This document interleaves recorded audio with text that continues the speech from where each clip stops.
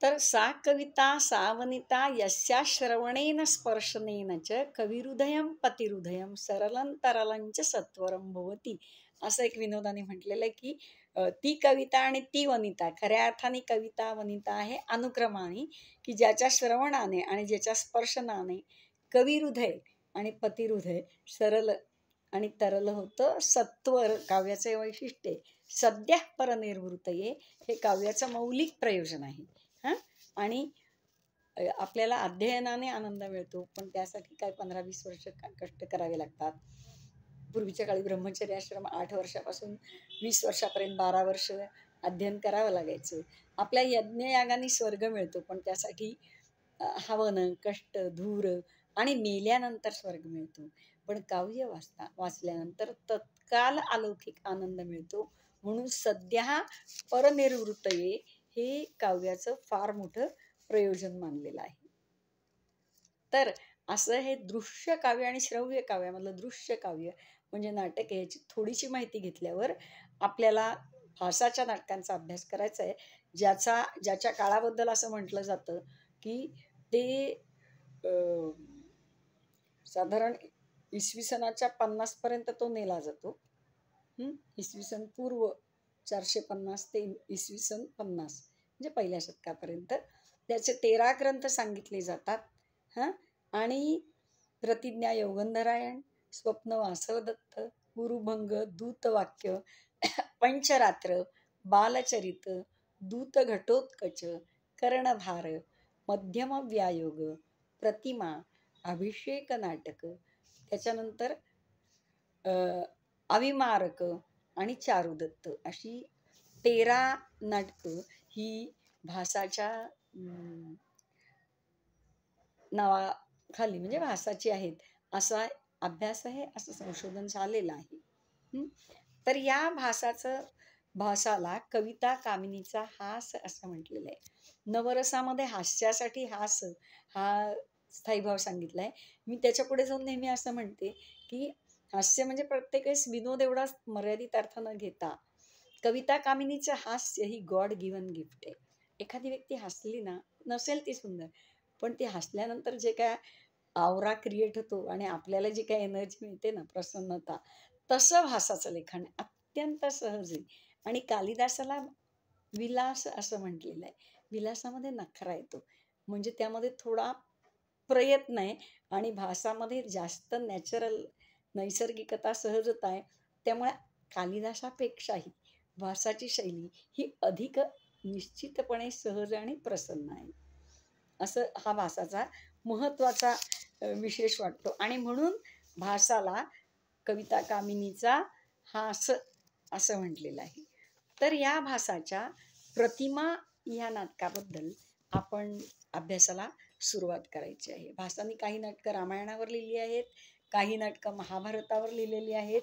हे भासाचं जे एक नाटककार, त्याचं सगळ्यात महत्त्वाचं वैशिष्ट्य म्हणजे रामायण, महाभारत, लोककला, इतिहास हे त्यांनी परिचित ग्रंथ निवडले. पण उदात्तीकरण हा भासाच्या आत्म्याचा एक उदात्त धर्म आहे. भासाला सगळे चांगलंच दिसतं किंवा त्याला चांगलंच रंगवायला पण आवडतं. त्याच्यामुळे त्यांनी कथानकांना नाट्यरूप देताना अतिशय वेगळ्या पद्धतीने आपल्या स्वतःच्या प्रतिभेने खूप सुंदर रंग भरलेले आहेत. आणि थोडासा भास हा अधिक इमोशनल आहे. त्याचं आपण एखादं जर वाक्य वाचलं ना, तर आपल्याला असं वाटत नाही पहिल्यांदा, आपण पण लिहू शकू असं वाटतं, पण तसं नसतं. त्याच्या एकेका छोट्या छोट्या सहज वाक्यात, उद्गारात ध्वनी असतो आणि तो ध्वनी ज्याला समजतो, भावतो, तो खरा सहृदय असं म्हणावं लागेल. इतकं सहज तो लिहितो. तर ती दृष्टीची आहे, जशी करैत्री प्रतिभा कवीची असते, तशी भावैत्री प्रतिभा जी आहे रसिकाची, सुजाण रसिकाची, ती भासाच्या ठिकाणी अतिशय संतृप्त होते. तर त्या दृष्टीने भासाचं कसं पाहायला गेलं तर जास्त करून तो व्यक्तिचित्रण खूप सुंदर हाताळतो, रेखाटतो. आणि नाटकाचं हे कुठल्याही खरं काव्याचं, पण नाटकामध्ये बघताना आपण म्हणतो की reaction is greater than action, घटनांपेक्षा नाट्यवस्तू जी आहे ती घटनात गुंफलेली असते. त्या घटनांपेक्षा त्याच्या ज्या प्रतिक्रिया आहेत त्या अत्यंत संवेदनशील, तरल, सूक्ष्मतया आणि खूप फास्ट म्हणतो ना प्रतीक्षित, अशा रंगवण्यात भास हा सर्व महाकवींमध्ये सिद्ध असतंय. तर त्यांनी मूळ रामायणातील कैकेयीची व्यक्तिरेखा म्हणजे प्रतिमा ही खूप वेगळ्या रूपात दिसते. तर प्रतिमा आपण नाटक जेव्हा वाचू तेव्हा पहिल्यांदा नाटकाचं आपण आधार बघतो, मूलाधार तो रामायण आहे.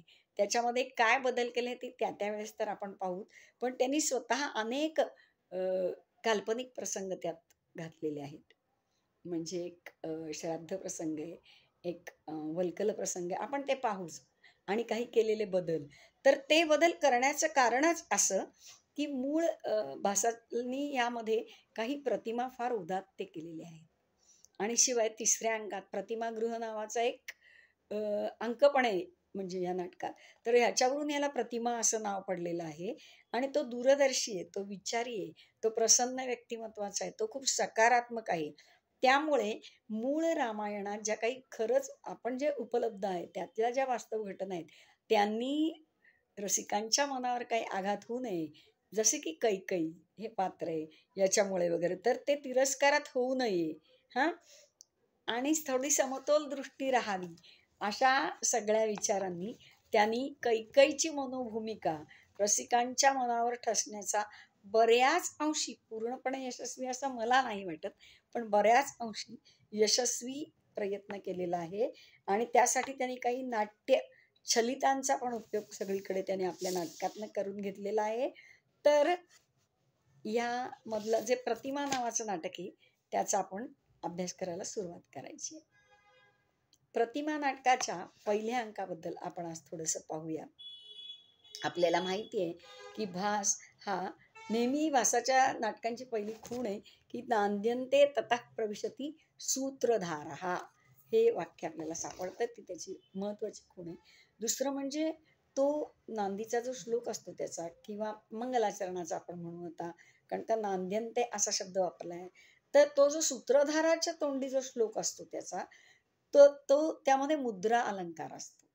आणि त्या मुद्रा अलंकारामध्ये तुम्हाला नाटकातल्या सगळ्या पात्रांची नावं दिसतील, पण ते पात्रांचं नाव म्हणून दिसणार नाही. ही अतिशय महत्वाची लक्षात ठेवायचं.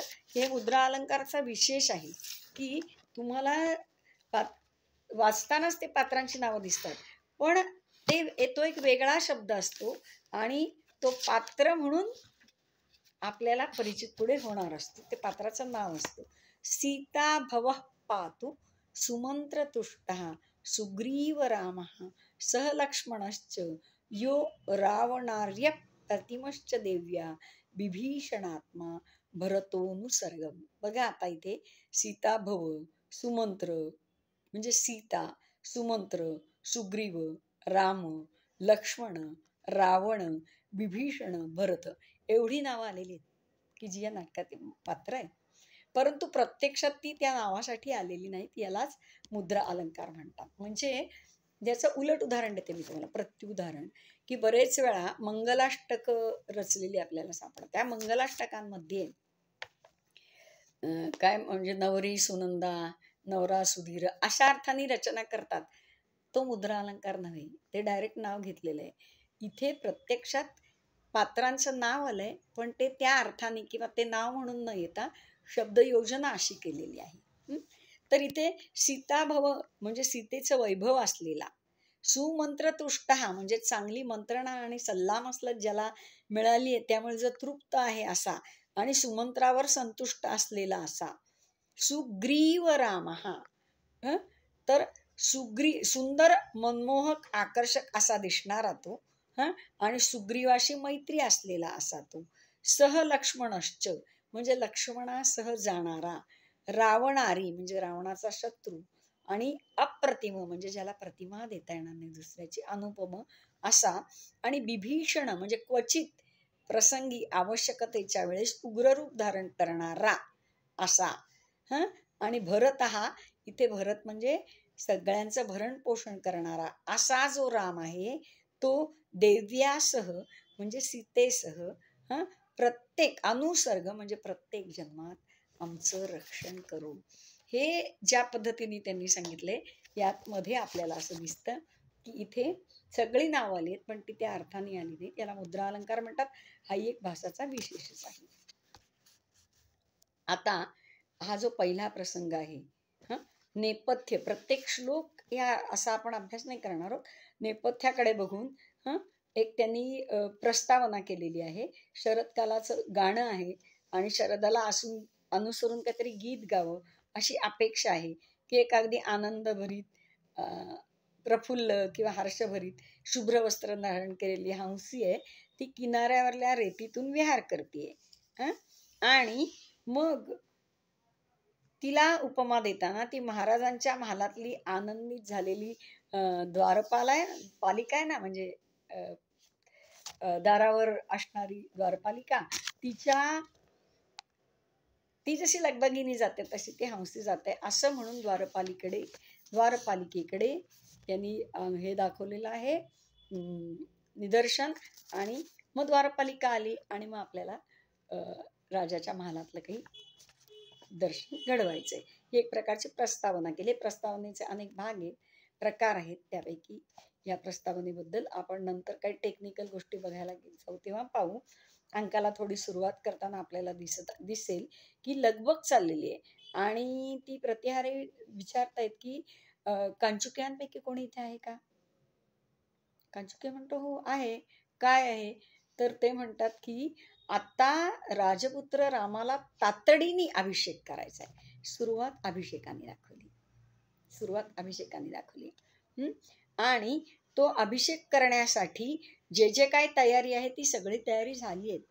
छत्र आहे, व्यजन आहे, नगारा आहे, भद्रासन म्हणजे शुभासन तयार आहे, हेममय घट आहेत, दर्भ फुलं सगळं आहे, पुष्य रथ आहे. रथामध्ये 2 प्रकारचे मंगल कार्यासाठी वेगळा रथ, स्वारीसाठी वेगळा रथ. मंत्री सहित सगळे नागरिक आलेले आहेत आणि सगळ्यांच्या मधलं मंगलाचा अत्युच्च म्हणजे वशिष्ठ ऋषी पण वेदीवर आलेत. अशा तऱ्हेचं वर्णन करून वातावरण निर्मिती केली कवीने. आणि त्यानंतर आता काय करायचंय तर तो म्हणतो अरे वा, म्हणजे आता इदानीं भूमिपालेन कृतकृत्याः कृताः प्रजाः रामाभिधानं मेदिन्यां शशांकम अभिषिंचता. राम नावाचा पृथ्वीवरचा जो चंद्र आहे, रामचंद्र शशांक, त्याला अभिषेक करून राजा धन्य होणार आहे. असा अतिशय आनंद लगबग अशी सगळी चालू आहे एका बाजूला. आणि आपल्याला हे इकडे चालू असतानाच ह्याची सगळी तयारी चालू असतानाच आपल्याला वल्कल प्रसंग दिसतो. हा पूर्णपणे काल्पनिक आहे, पण ह्या वल्कल प्रसंगाचं संविधानकाच्या दृष्टीने अतिशय महत्व आहे. ह्यात अवदातिका जी आहे ते जे स्त्री पात्र आहे ती म्हणते अहो अत्याहितम परिहासेन अपि इदम वल्कलम अपनयन्त्या मम एतावत भयमासीत किम पुनर्लोभेन परधनम हरतः हसितुमेव इच्छामि न खलु एकाकिन्या हसितव्यम. यामध्ये नाटकाच्या सुरुवातीला अभिषेकाची तयारी ती चालू असताना मध्येच हा वल्कल प्रसंग साईड बाय साईड कसा आला तर पूर्वीच्या काळी जेव्हा असे काही मंगल प्रसंग असत तेव्हा त्यांच्या वेळेस आपण पण करायचो बघा, जागरण वगैरे सणावाराला, तसं काही नाटक वगैरे दाखवायची पद्धत होती.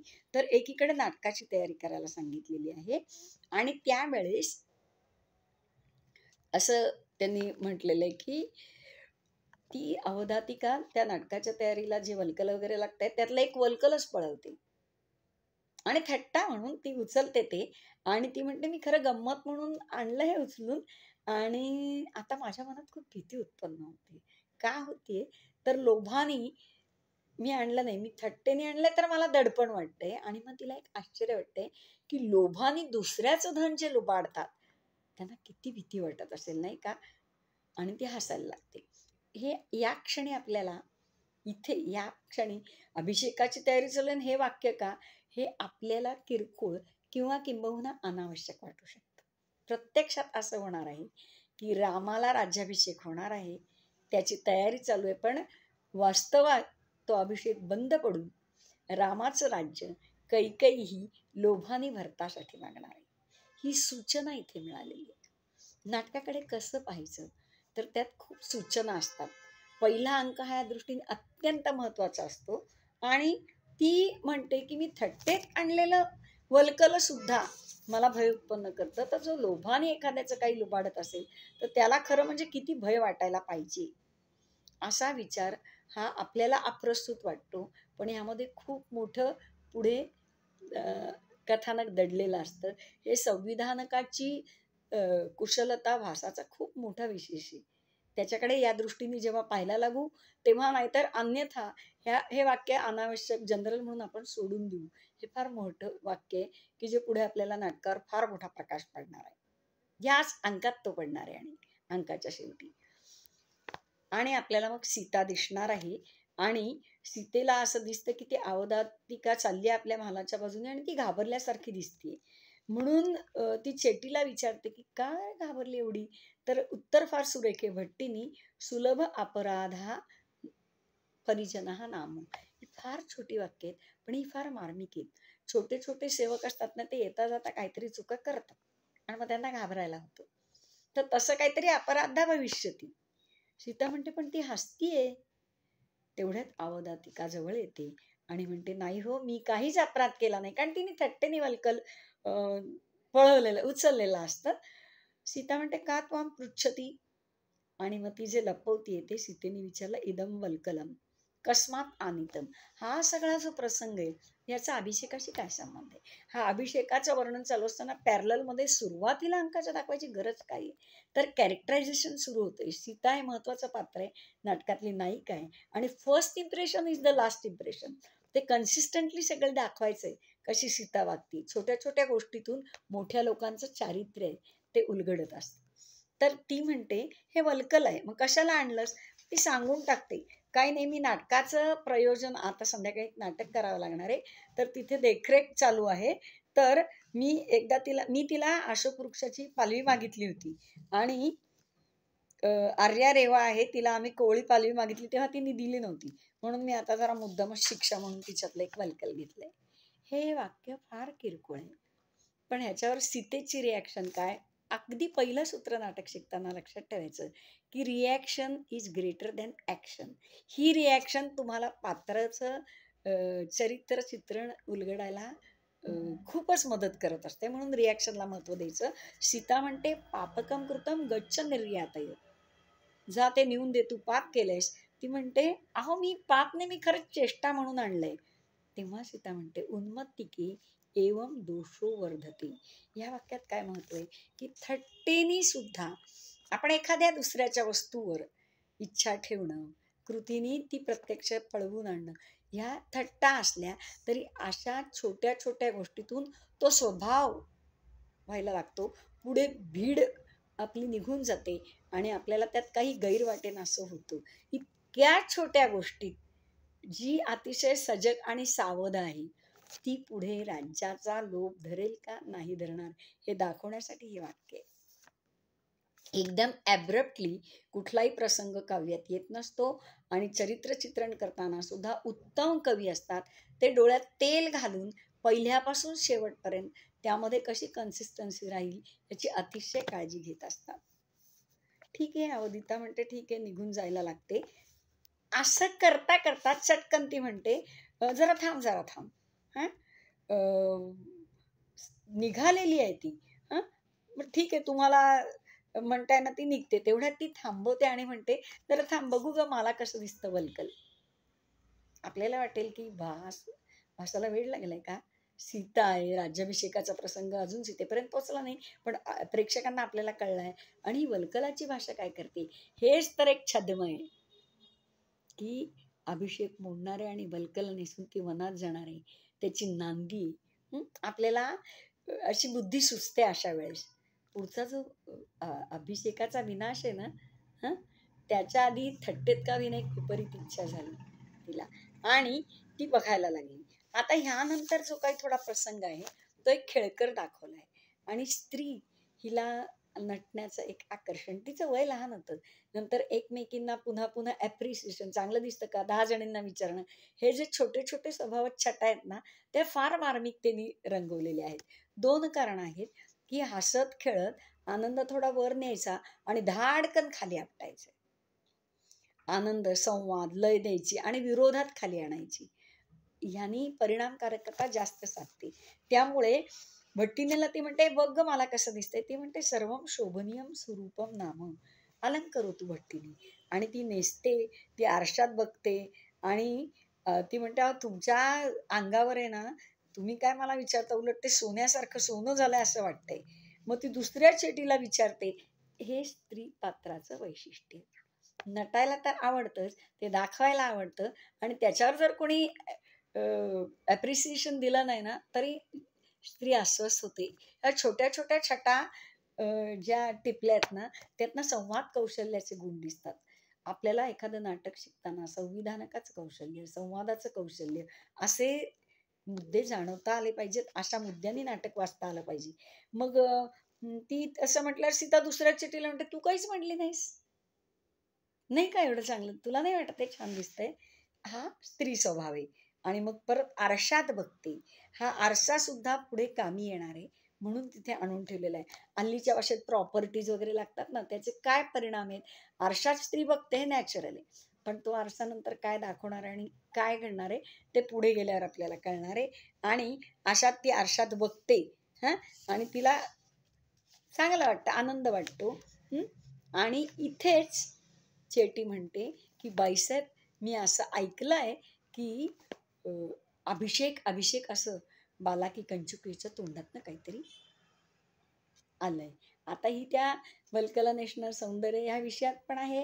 ही निर्लोभी आहे दाखवण्यासाठी. ती म्हणते कोणत्या तरी राजाला होणार असेल अभिषेक. हे वाक्य सुद्धा राज्य घराण्यातल्या दृष्टीने अगदी बरोबर आहे, संयुक्तिक आहे.